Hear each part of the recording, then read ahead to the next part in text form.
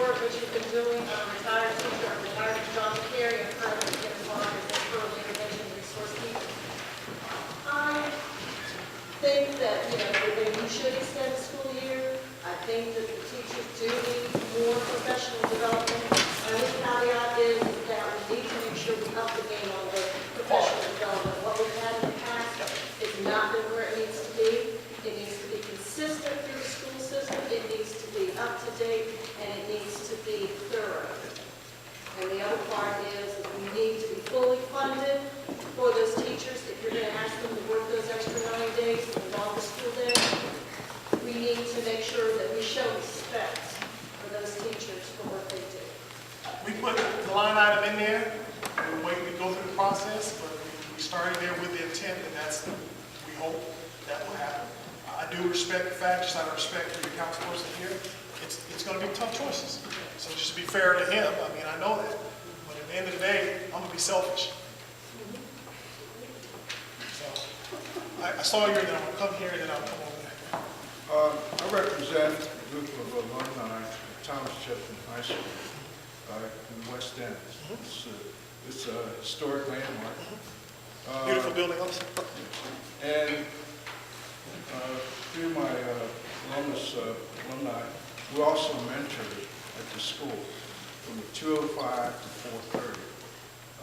Lately, the buses, the activity buses they caught, just cancel or postpone or whatever. I see that the city has bought new buses, so it's not a shortage of transportation. But I did applaud every one of the teachers ranked the students by GPA scores. And we're trying to enact that you have to have a 2.0 to play sports. There's also all junior RTC group. The past 4 years I've worked there as a volunteer, they've taken the trouble students, 0.4, 0.5, 0.6 GPAs. And Thomas Jefferson, about 80% of it is a babysitting service. If the teacher doesn't lock the door, if they're on the first floor, they jump out the window. I suggest that the move students up to the second floor. But we have a long list of volunteers from the church, from alumni from 1942 to 1971, which I represent. Yet, we signed up the list of volunteers really over the cost. I have a list of over 200 volunteers. Yet, when I call, we can help the teachers 2:05 to 4:30 for free. That's a resource, but it's not going to take from it.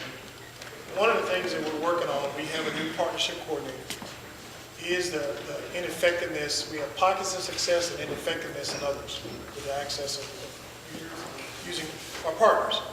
One is every partnership now is going to have a memorandum of understanding with clearly defined metrics of what's supposed to happen. What you are articulating is what we know, that there are partners that come in, and we have a lot of bodies, and you kill a partnership either because they're used inappropriately, they're not used at all, and a variety of reasons. So, Mr. Jeffers will make sure that we get your name and number, and we're going to follow up and try to get it fixed and connect you with Ms. Sandra Wheeler, our coordinator. With regards to Jefferson, we're trying to work on making some changes there. We've made the IB program, we're working on converting it to whole school. And we're looking at some other things that I can't get into because of the way the law is written, but then we'll be addressing some things there. We're trying to improve it. But we'll make sure we follow up with you and get that. I did not, and he made me think of something else at the time. So a lot of people talk about the Bell schedule and the time change, which is something that we'll be discussing later also.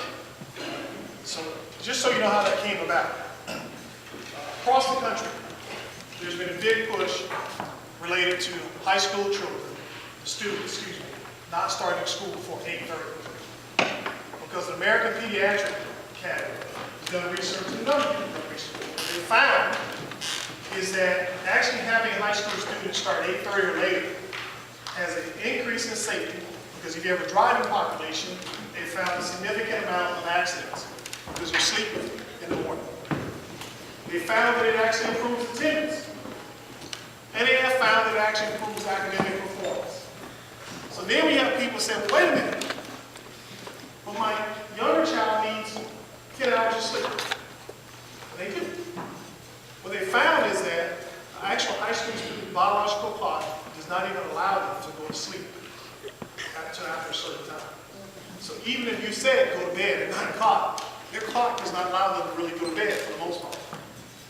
What they have found, though, is there's no negative impact yet on elementary students starting early, but you still need to put them in bed to get their 10 hours sleep. And then they found that their biological clock would allow them to go to sleep earlier. So the conversation about start times was really about an academic intervention and a safety issue. And I would say to any of you all, visit a high school first period. Let alone be a PE teacher in first period. The other reason the change was made, our bell schedules are all over the place. We actually have 7 elementary schools that already started at 8, 10. So we have something going already at that time. We got a couple middle schools that are on the high school schedule. It's just all over the place. So it was also about a shift to get more operational efficiency by getting every elementary, every middle school, and every high school on the same schedule. It was also meant to give operational efficiency with the bus issue that we're having because of their challenges with crisscrossing the city. So it all had academic and operational efficiencies, again, trying to be more effective with your tax dollars, but using this strategy also to improve academic performance. We absolutely realize that the challenges with childcare. So we're collecting data on which schools have and which don't. At some point, we're going to have to convene all of our providers, the Y, the Boys and Girls Club, the City Rec, and talk about how many of you can come to the table and plug a hole if we make this switch. And we also have to have the conversation that is the quality of the programs is not so widely different that one segment of town or school gets X person to provide services, but it's not as good as the other one. That is going to be a challenge for us when we get to try to level the playing field of quality to make sure that we're getting a fair quality aftercare program. The other comment is that our bus fleets were aging to the point that every time they would repair a bus, as soon as they drove it off, within the same week it would be back in a repair shop. So we replaced a third of it. So capital improvement money, we replaced about 78 buses. Our goal is to buy another 78 roughly this year. We will have turned over 2/3, and now we can put them back on a regular cycle of replacement about every 12 to 15 years. The buses that we have now are equipped with cameras. I just had to view an incident on the bus now, so if something happens on the bus, I can see it. The buses will be equipped with GPSs, so we can see where the drivers are now and why they're not hitting their targets on time. So we're also increasing accountability with technology. They're also pre-wired for the stop arm cameras, so if the city ever passes an ordinance and want to use that as a revenue producer, the fund buses, if they're pre-wired, so at any time we can add that feature onto them and have the ability to get those people who don't want to stop. So that's just other information maybe thought about, but we can make sure we get your number. Where's the lady at? Right here. We've got a question about some of the at-risk schools. Do you have anything in place to support the parents, that are sending their kids? And do you have programs in place to help support the families? Well, one of the things that we're trying to do is not necessarily duplicate. One of the things we have to do is try to stay in our lane. So our best thing we can do is connect them with the services in many cases that the city already has in place rather than trying to duplicate it in the city. And it costs you more, and within the school district, it costs you more money. So one of the responsibilities of our student services is they also try to, when they're working with families, as far as they go do home visits. So an attendance issue really could be a social service issue. So when they realize it's a social service issue, they try to connect the families to the resources to remove that barrier so they can actually come to school. Sometimes we get court help because we try to tell them what to do this and do X, Y, and Z, and we get resistance. So we're not there, but we're trying. We're trying to also increase with our growing bilingual population, increase and develop the budget as for the Welcome Center, like a lot of districts have done, so your intake process to provide supports for those families so they can get off on the right foot rather than they're lost in our system. So we're slowly trying to build capacity to do a better job. But I would dare not say to you that my goal is to become the person who gives those services as opposed to the person who's able to connect them to those services. Because then teachers and staff are overwhelmed now because they're asked to do so many things beyond teaching. But we do need to create a system where teachers can recognize it. And that's where my focus is. So we can recognize the challenges and be an intervention for them. 2006, people were leaving sick at the elementary school. Mr. Music has done a great job of turning the neighborhood school around, making things happen, along with a lot of other principals that were there.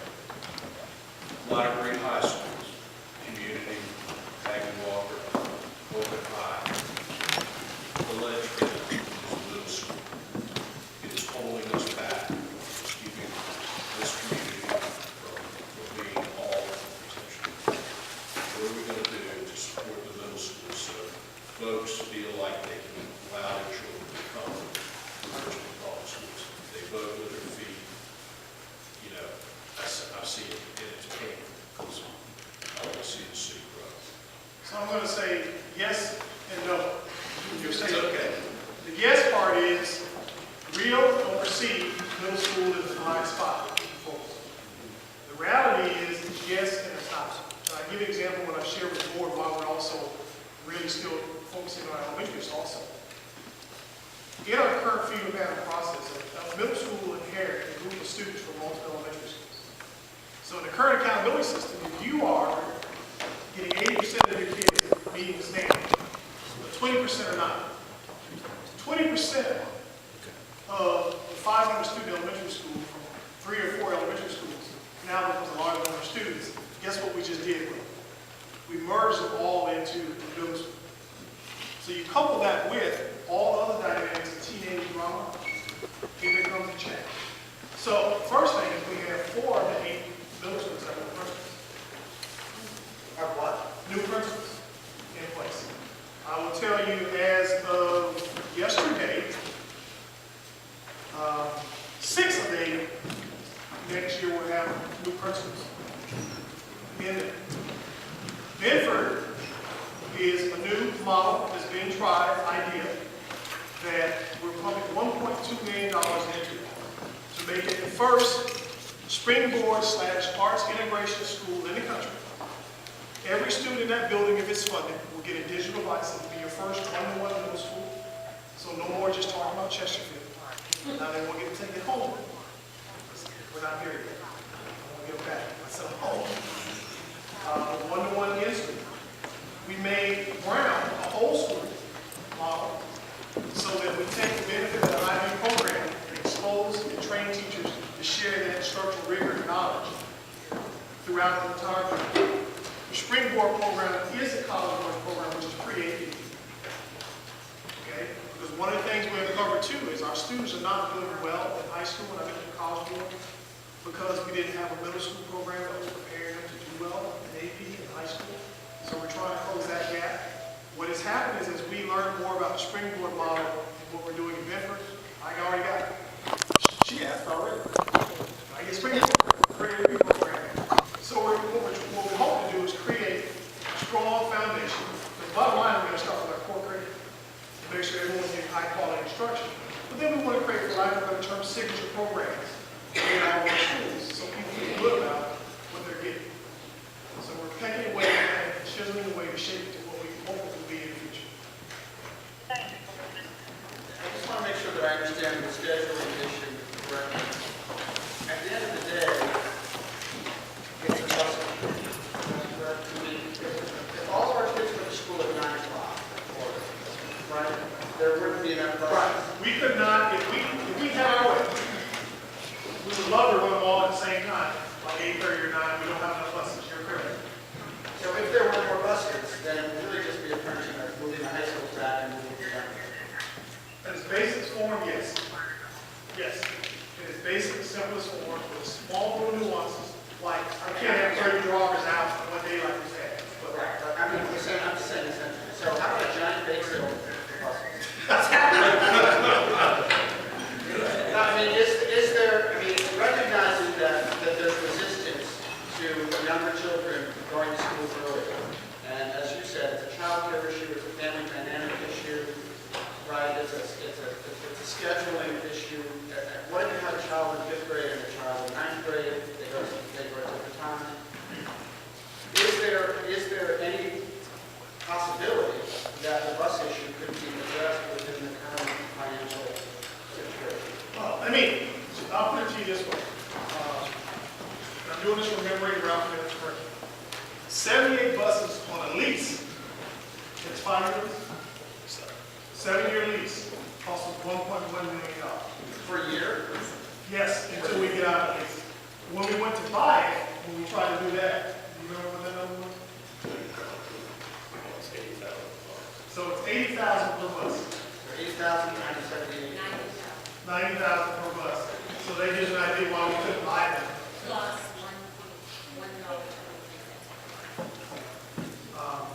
So that's the challenge. So as we turn over our fleet, get newer, and then the 7-year model, because the replacement is 12 to 15 years. What we're planning is release it for 7, but then after that, they're ours. This is paid off, and it's shorter than a replacement cycle, so we're going to stagger them, and then hopefully get to the point where we're not leasing, we're just replacing Right. on a regular cycle. So at some point, other than a massive infusion right now, we would be possibly able to get to that point. But we're not there now. Now, unless you convince those people to make a big investment. Right. Now, are there schools that use more buses than others? Likewise, Right. schools that use less buses?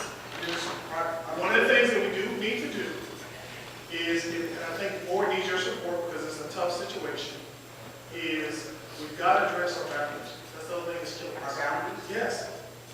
Meaning- Wait, feeder patterns, I'm sorry? attendance zones. And it's a tough thing.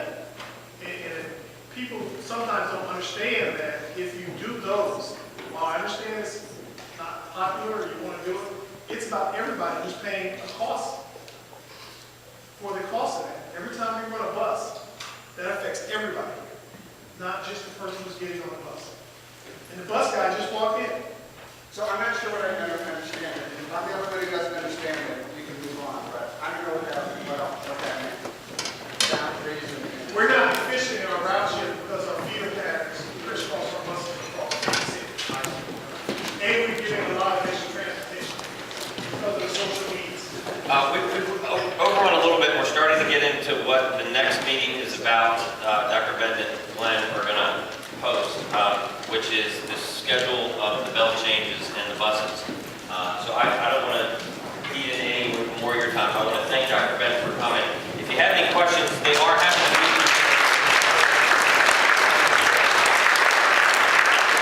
The meeting is going to start as soon as I can get out of the way. So if you have any other questions, feel free to stick around and